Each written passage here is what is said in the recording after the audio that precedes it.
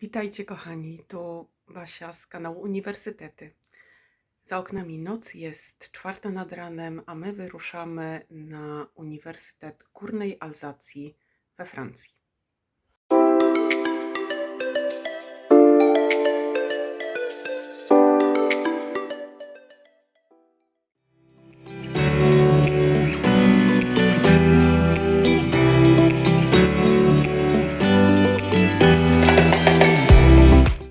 Dotarłam do Miluzy, pogoda gorsza niż w Poznaniu, zimniej i przede wszystkim nie ma słońca, a w Poznaniu zapowiadał się z samego rana bardzo słoneczny dzień. Teraz czekam na autobus, bo tak naprawdę lotnisko znajduje się kawałek drogi od Miluzy. To jest takie lotnisko wspólne dla Bazylei, Miluzy i Freiburga. I musimy wziąć najpierw autobus do Saint-Louis i później stamtąd dopiero pociąg do Miluzy. Także jeszcze trochę drogi przed nami, ale na razie wszystko poszło bardzo sprawnie.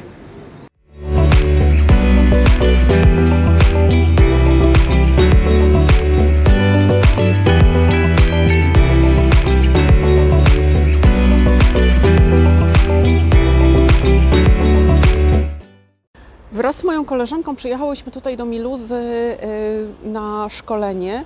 To się nazywa Train the Intercultural Trainer. Jest to szkolenie przeprowadzane w ramach konsorcjum Epicur. Epicur to jest zrzeszenie 9 uniwersytetów, które to mają za zadanie zacieśnienie współpracy międzynarodowej. Są to uniwersytety i instytuty europejskie i te uniwersytety, a właściwie ich pracownicy spotkali się tutaj w Miluzie, żeby przeprowadzić trening, nawiązać współpracę w zakresie właśnie treningu interkulturowego.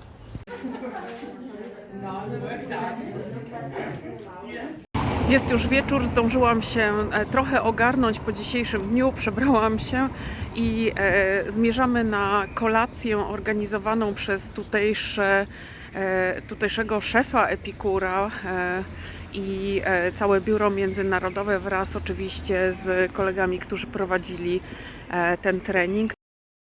Znajdujemy się na jednym z kilku kampusów, które Uniwersytet Górnej Alzacji posiada. Jest to kampus zwany Ilberg. Oprócz tego jest kilka innych, których nazw oczywiście nie pamiętam. Co ciekawe, Uniwersytet Górnej Alzacji nie jest starym uniwersytetem, założony w 1975 roku. Kolejną z ciekawostek jest fakt, iż ten uniwersytet znajduje się, czy kampusy tego uniwersytetu znajdują się w 2 różnych miastach. Stąd też nazywanie go uniwersytetem w Miluzie jest absolutnie błędne, dlatego że jeden z kampusów znajduje się w zupełnie innym mieście, a mianowicie w Colmar. Tutejszy uniwersytet nie jest dużym uniwersytetem, ma około 8000 studentów. Większość z nich studiuje tutaj w Miluzie, jest to około 6300 osób. Pozostała część, 1700, to są studenci, którzy przebywają w Colmar. W tle za mną znajduje się budynek, w którym mamy zajęcia. Jest to Wydział Chemii. I chemia wraz z tekstylnictwem to są 2 dziedziny, które rzeczywiście, z których znana jest Miluza. Był tutaj już od dawna przemysł tekstylny i na te potrzeby też rozwinięto przemysł chemiczny. Także stąd bardzo silnie reprezentowane na tym uniwersytecie są wszelkiego typu kierunki, które są techniczne, politechniczne i też nauk naturalnych, dużo mniej nauki humanistyczne czy społeczne. Ciekawostką jeszcze dotyczącą akurat tego wydziału jest to, że jest on, mimo że wydział ten jest jednym z najstarszych na uniwersytecie, to budynek sam jest stosunkowo nowy, gdyż parę lat temu doszło tutaj do olbrzymiego wybuchu, w wyniku którego spłonął poprzedni budynek i dlatego trzeba było zaprojektować i postawić nowy. Z uwagi na fakt, że Uniwersytet Górnej Alzacji jest tak no, stosunkowo młodym uniwersytetem, ciężko znaleźć informacje do tego, co tu było wcześniej. Udało mi się na stronach francuskich znaleźć, że no, oni odnoszą się historycznie do szkoły tekstylnej, która została założona w drugiej połowie XIX wieku i szkoły chemicznej, która istniała od w sumie pierwszej połowy XIX wieku, od chyba 1822 roku. Także to byłyby początki tego uniwersytetu, a dzisiaj mamy też oprócz prac budowlanych w tle, o dokładnie tutaj, jeszcze taką małą niespodziankę, nie wiem czy widzicie, o tutaj mamy owieczki, także zaraz podejdę i chyba Wam je pokażę. Proszę bardzo, takie rzeczy też tylko na Uniwersytecie Górnej Alzacji. Całe statko, które się tutaj wypasa w całkiem bujnej, świeżej trawie.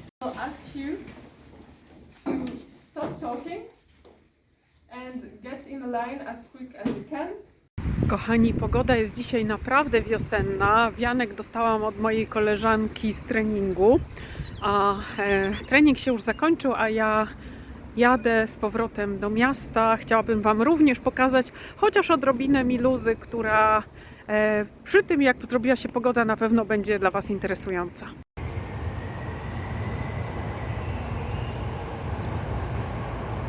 Centrum Miluzy nie jest za duże.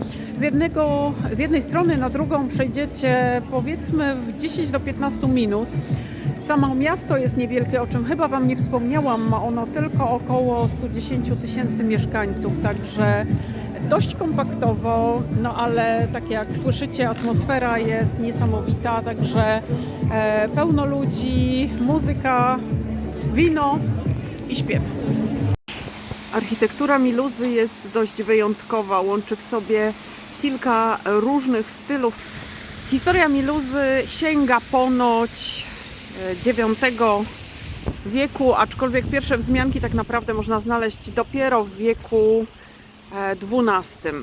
Znajdujemy się na rynku głównym w Miluzie. Tam w oddali widzicie małą karuzelę, niesamowicie fajna zabawa, pewnie dla małych i dla dużych. Tak jak mówiłam wcześniej, architektura Miluzy to jest mieszanka stylu francuskiego, stąd też znajdziecie tutaj dość dużą ilość domów z okiennicami, trochę stylu też niemieckiego, takiego typowego stylu niemieckiego z architekturą szachulcową.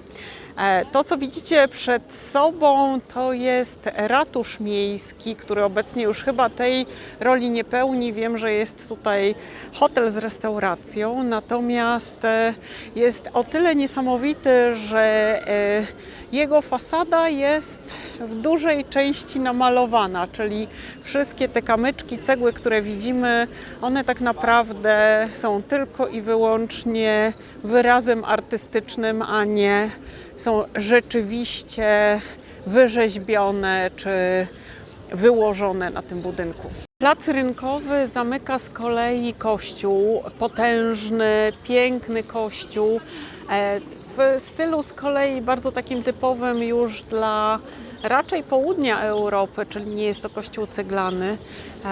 Piękne, niesamowita architektura. Jeszcze nie byłam w środku, nie wiem czy mi się uda, bo zajęcia mamy bardzo długo.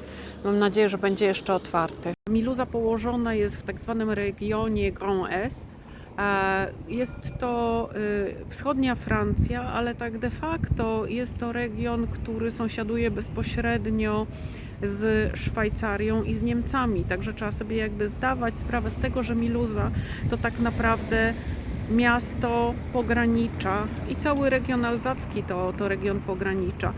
Sytuacja pogranicza jest widoczna także w sytuacji językowej tutejszego terenu i nie chodzi tu tylko o dwujęzyczne tabliczki, ale też o to, że mieszkańcy tego regionu posługują się zarówno językiem francuskim, językiem oficjalnym, urzędowym, jak i językiem alzackim, który w rozumieniu językoznawczym w Polsce określany jest mianem gwary i jest to dialekt alemański języka niemieckiego.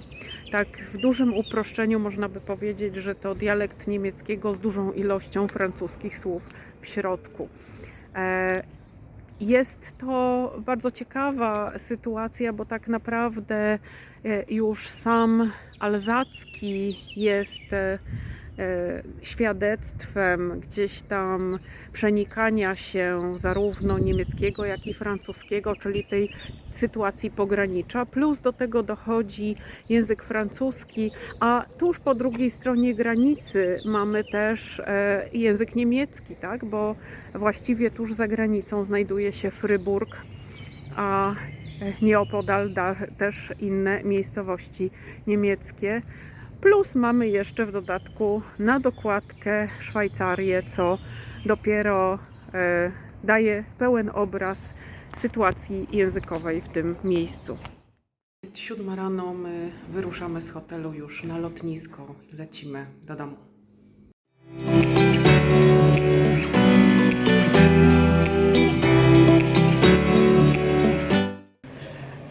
Przyleciałam do Poznania.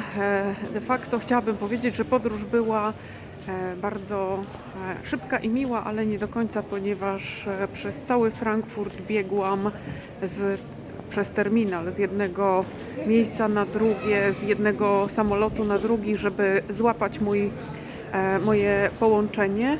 A po tym, jak już dobiegłam i przyleciałam, to okazało się, że nie ma mojego bagażu. Także jestem ja, bagażu nie ma i będę czekała, aż mi go dowiozą. Trening się zakończył, było bardzo fajnie, ale cieszę się, że już wróciłam do domu.